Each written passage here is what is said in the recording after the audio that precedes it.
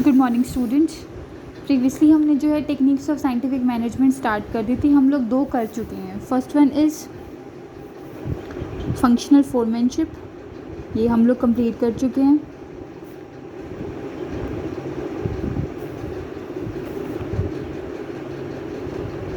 Second थी हमारी standardisation and simplification.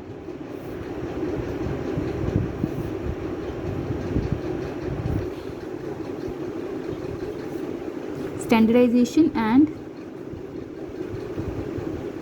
Simplification of work. ये 2 टेक्निक जो है हम लोग कर चुके हैं। आज हम लोग स्टार्ट करेंगे technique number 3, that is method study.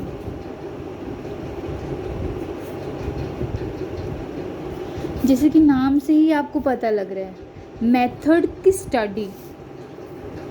इसका मेन ऑब्जेक्टिव, ये प्रिंसिपल, ये टेक्निक जो है क्या कहना चाहती है? ये टेक्निक कह रही है कि हमें कोई भी काम करने का जो है एक बेस्ट वे यूज़ करना चाहिए।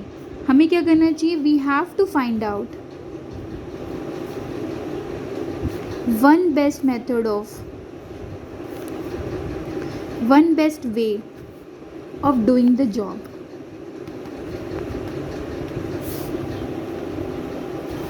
कोई भी काम करने के अगर हम एक से ज़्यादा तरीके यूज़ करते हैं, अगर हम various method, if there are various method of doing the job, तो हमें क्या करना चाहिए? We have to determine the best way out of this several parameters. What we have to do is to find out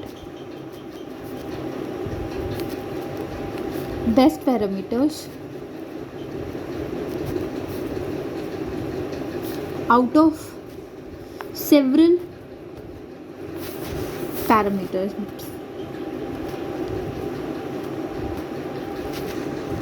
बहुत सारे parameters, एक ही काम को करने के बहुत सारे तरीके होते हैं। तो अकॉर्डिंग टू दिस टेक्निक ये क्या कह रहे हैं कि out of all of these methods we have to determine the best way. हमें बेस्ट वे ढूंढना चाहिए। अब हम बेस्ट तरीका क्या हो सकता है? हमें राइट रॉ मटेरियल अच्छा होना चाहिए। रॉ मटेरियल जो हम यूज़ करते हैं फाइनल प्रोडक्ट बनाने के लिए, कस्टमर के लिए, तो हम क्या करते हैं? We have to find out the right raw material. सही रॉ मटेरियल हमें यूज़ करना चाहिए। टेलर ने जो है हमें क्या एडवाइस दी? टेलर हमें कह रहा है कि we have to write from requirement of raw material till the final product is delivered to the customer। every activity is part of method study। हर एक एक्टिविटी क्या है? मेथड स्टडी का एक पार्ट है। तो टेलर ने क्या सजेस्ट किया कि हमें we have to use the concept of assembly line by using method study. तो टेलर ने क्या एडवाइस दिया? Taylor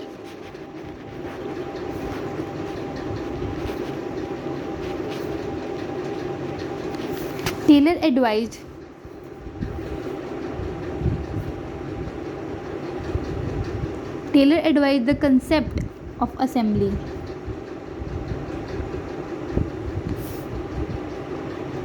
assembly line by using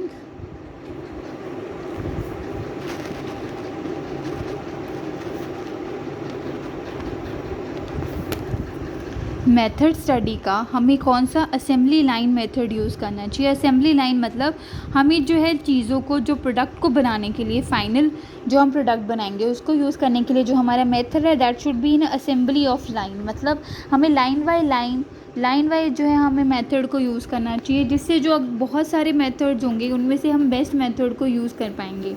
इसका जो है फोर्ड कंपनी जो है, one of the top motor company, Ford motor company जो है यूज़ कर रही है। Ford motor company used this concept even now. आज भी जो है फोर्ड मेथड जो है इस कंसेप्ट को यूज़ कर रही है। जो ऑब्जेक्टिव है, जो इस कंसेप्ट का जो ऑब्जेक्टिव है, जो मेन ऑब्जेक्टिव है कि हम लोग इसे क्यों यूज़ करते हैं, वो सबसे टॉप पर है। इससे क्या होगा? इससे मिनिमाइज़ हो जाएगी कॉस्ट ऑफ प्रोडक्शन मिनिमाइज़ होगी। आप बहुत सारे तरीक़ों से कर रहे हो तो उससे क्या हो रहा है? कॉस्ट पे इंक्रीज़ हो रही है। तो अगर आप कोई एक मेथड और बेस्ट मेथड को यूज़ करोगे तो उससे क्या होगा? Minimise the cost of production. जो कॉस्ट ऑफ प्रोडक्शन है वो क्या होगा? कंपनी का कम होगा, और इससे कॉस्ट ऑफ प्रोडक्शन के कम होने से जो क्वालिटी है और जो सेटिस्फेक्शन है कंज्यूमर की, वो भी इंक्रीज़ होगी। इंक्रीज द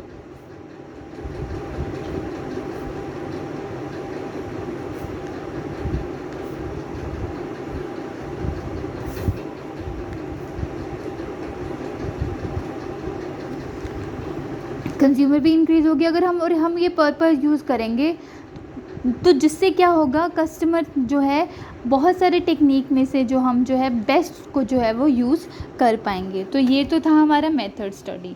ठीक है, अब हम नेक्स्ट करेंगे, that is our motion study.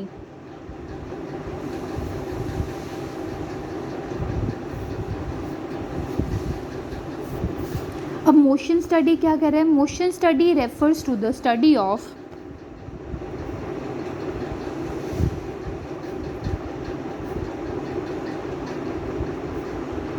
Motion study refers to the study of movement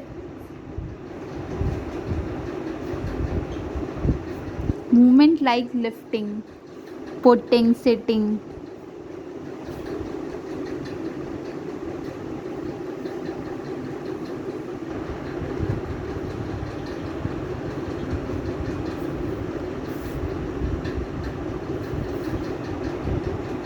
while doing the motion study में क्या काउंट कर रहा है? ये मोशन काउंट कर रहा है। वाइल डूइंग दैट, जब हम कोई भी टिपिकल जॉब करते हैं, तो अकॉर्डिंग टू मोशन स्टडी हमें क्या स्टडी करना है? हमें ये देखना है कि हम कोई भी टिपिकल जॉब करते हुए कितनी बार जो है हमारी मूवमेंट हो रही है। हम कोई सामान उठा रहे हैं, हम कोई सामान रख रहे हैं, हम बैठ रहे हैं, तो एक काम को करते टाइम हमें जो है कितनी बार मूव करना पड़ता है। तो ये है हमारा मोशन स्टडी। अब इसमें इसको ऑब्जेक्टिव क्या है, हमें क्यों करना चाहिए? इससे जो है अननेसेसरी अगर हमारी कोई मूवमेंट है, unnecessary movement should B eliminate. उसे क्या करना चाहिए? हमें एलिमिनेट कर देना चाहिए, ख़त्म कर देना चाहिए।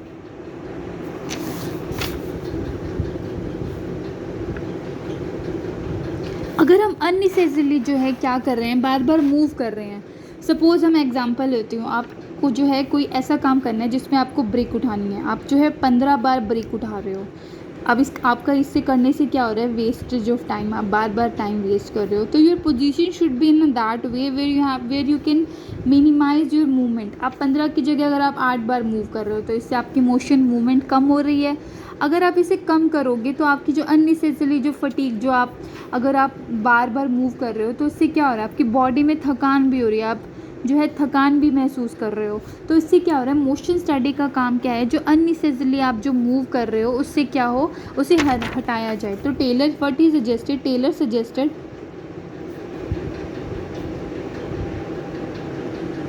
Movement should be in that way. Movement इस तरीके से होनी चाहिए। Movement should be in that way which is more productive, जो कि क्या हो, ज़्यादा प्रोडक्टिव हो। Which is more productive rather than अगर हम बिना बात मूव कर रहे हैं, जिससे क्या हो रहा है, हमारी बॉडी में सिर्फ थकान के अलावा और कुछ भी नहीं हो रहा। ठीक है, तो टेलर ने सजेस्ट किया, टेलर वी शुड डिज़ाइन, हमें क्या करना चाहिए? वी शुड डिज़ाइन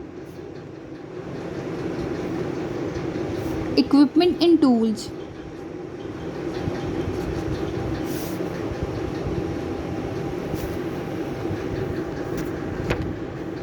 जिससे क्या हो, टू एडुकेट वर्कर्स। हमें वर्कर्स को उनसे रिलेटेड क्या करना चाहिए? एडुकेट करना चाहिए ऑन देयर यूज़। अगर वो इसे यूज़ करेंगे तो उन्हें अननेसेसरी क्या नहीं करना पड़ेगा? मूव नहीं करना पड़ेगा।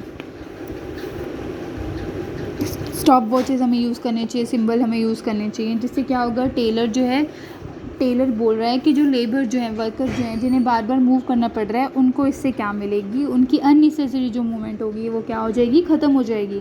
तो हमारा थर्ड था मेथड स्टडी, जिसमें क्या बोल रहा है? टेलर कह रहा है कि कोई भी वर्क को करने के लिए हमें क्या यूज़ करना चाहिए? इसका बेस्ट वे यूज़ करना चाहिए। नाइन्थ हमारा मोशन स्टडीज़, फोर्थ हमारा मोशन स्टडी, उसमें क्या कह रहा है कि हम जो अननेसेसरली बार बार मूवमेंट करते हैं, अननेसेसरली मूवमेंट करने की वजह से क्या हो रहा है, हमारी बॉडी में फटीगनेस, हम लोग थक रहे हैं, अननेसेसरली मूव कर रहे हैं, जो कि प्रोडक्टिव नहीं है, जो कि टोटली वेस्ट है, जिससे टाइम वेस्ट हो रहा है। तो Taylor what he suggested, he said कि हमें अननेसेसरली जो है जो मूवमेंट है उसे क्या कर देना चाहिए, ख़त्म कर देना चाहिए। अब हमारा next that is time study. Time study नाम से ही पता लग रहा है हमें टाइम की स्टडी। टाइम स्टडी का मतलब क्या है, हमें एक जॉब को करने के लिए कितना standard time, the standard time एक वर्कर, एक एम्प्लॉय जो है एक वर्क को करने के लिए, the standard time taken to perform, एक काम को करने के लिए, to perform a well defined job.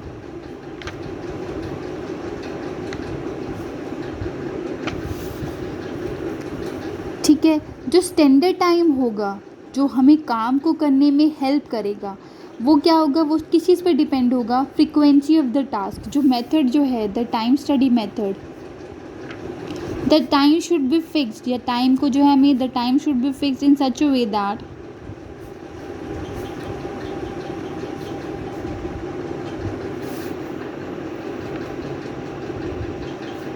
The frequency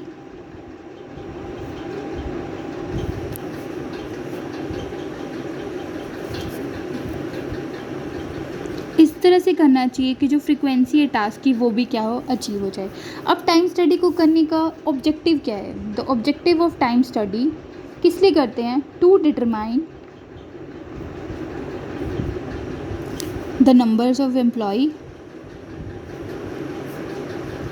the number of workers to be employed, कितने हमें वर्कर्स एम्प्लॉय करने चाहिए, कितने हमें वर्कर्स यूज़ करने चाहिए, उनकी इंसेंटिव स्कीम फिर हमें उसके अकॉर्डिंग डिसाइड करनी चाहिए, उनके टाइम के अकॉर्डिंग उनको एक काम करने में कितना टाइम लगता है, और देन उनका लेबर कॉस्ट।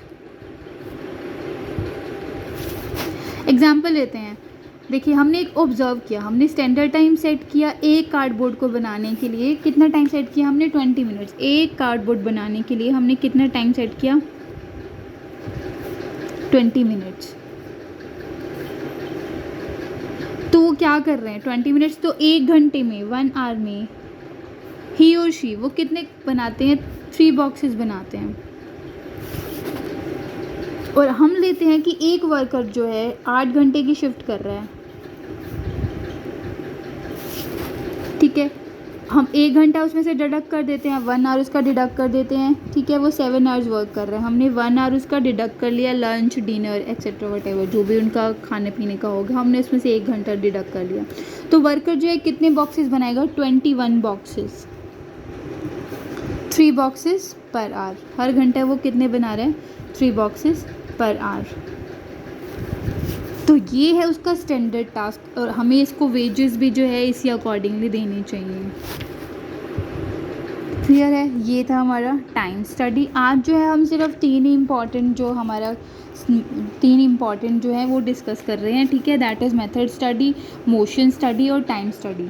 ठीक है, ये जो तीनों के तीनों जो हैं वो बहुत ज़्यादा इंपॉर्टेंट है, आपको ये कंप्लीट कर लेने हैं। हम नेक्स्ट क्लासेस में जो है fatigue study, differential piece wage system, और उसके बाद हमारा मेंटल रेवोल्यूशन एक छोटा सा टॉपिक है वो हम कंप्लीट करेंगे। Thank you.